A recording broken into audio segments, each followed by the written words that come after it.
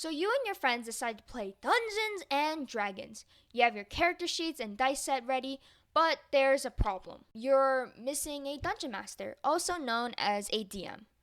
But what's the problem with missing a DM, you may ask? Oh well, you're just missing out on the plot, the characters, the world, everything. So, in other words, without a DM, a game cannot exist. So, everybody and anybody should perform the duty at least once for the sake of their fellow players, begging for a chance to experience a session.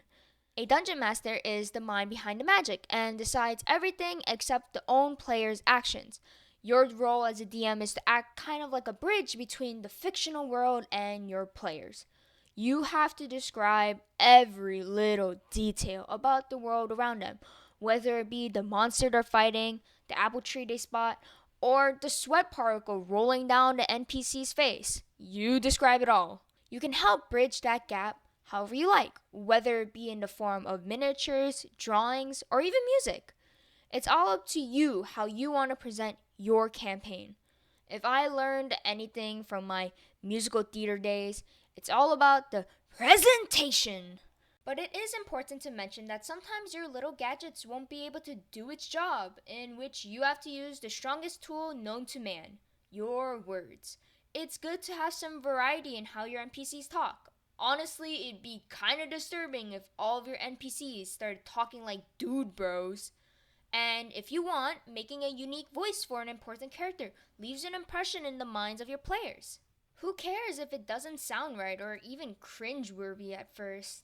Your impression of a grandma may sound like a chain smoker at first, but the more and more you attempt it, the better you'll get at it. All in all, you need to be incredibly deliberate with your words, or else you may not be able to convey what you're imagining to your players. If your players decide to ditch the main quest and go off to who knows where, you need to be the one to create the new town and environment for them to encounter. Or you can just move the main story over there if your players keep on dodging it like children with veggies. Because believe it or not, sometimes your players will go absolutely monkey mode and will find the banana on the table to be more interesting than the ominous figure staring daggers at them in the tavern. So when you do plan a session for your campaign, it's important to have a mixture of planning with some leeway for any hijinks that may occur. Personally, I have a flowchart with key events, and how they get to those key events don't really matter. So, to make sure a campaign goes well, it's good to talk to your players beforehand about their expectations on the game and what you can offer. Do they want an overarching story with a main serious plot? Or do they want more of a whimsical story where there's no main plot but rather a series of one-shot plot points here and there?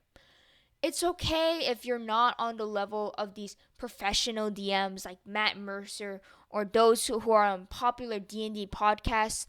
It's your story, so tell it how you like. Also, if making your own story is a little bit too daunting, there are free modules with pre-written stories within them, available online like The Lost Mines of Pandelver or Tyranny in Pethlon.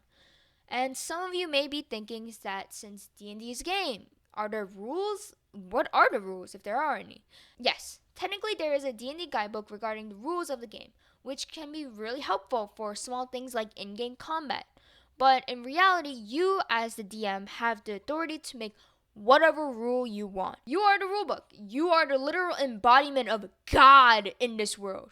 Because honest to God, some of the rules in the rulebook is just bad or just annoying to deal with.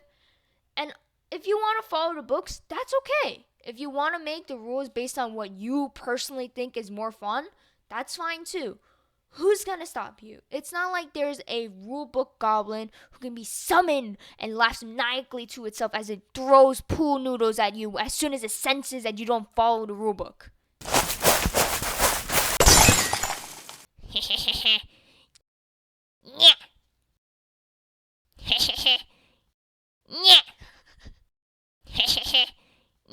Now you have a general idea on how to be a DM. Honestly, don't use this as an ultimate guide that must be followed to the T, but rather helpful suggestions for your campaign. Most important thing is to have fun with it, and everyone has their own style to DMing, so don't stress out. Honestly, the hardest part of being the DM isn't the improv or the writing, but simply taking that first step to being a DM. Good luck with your journey. Bye!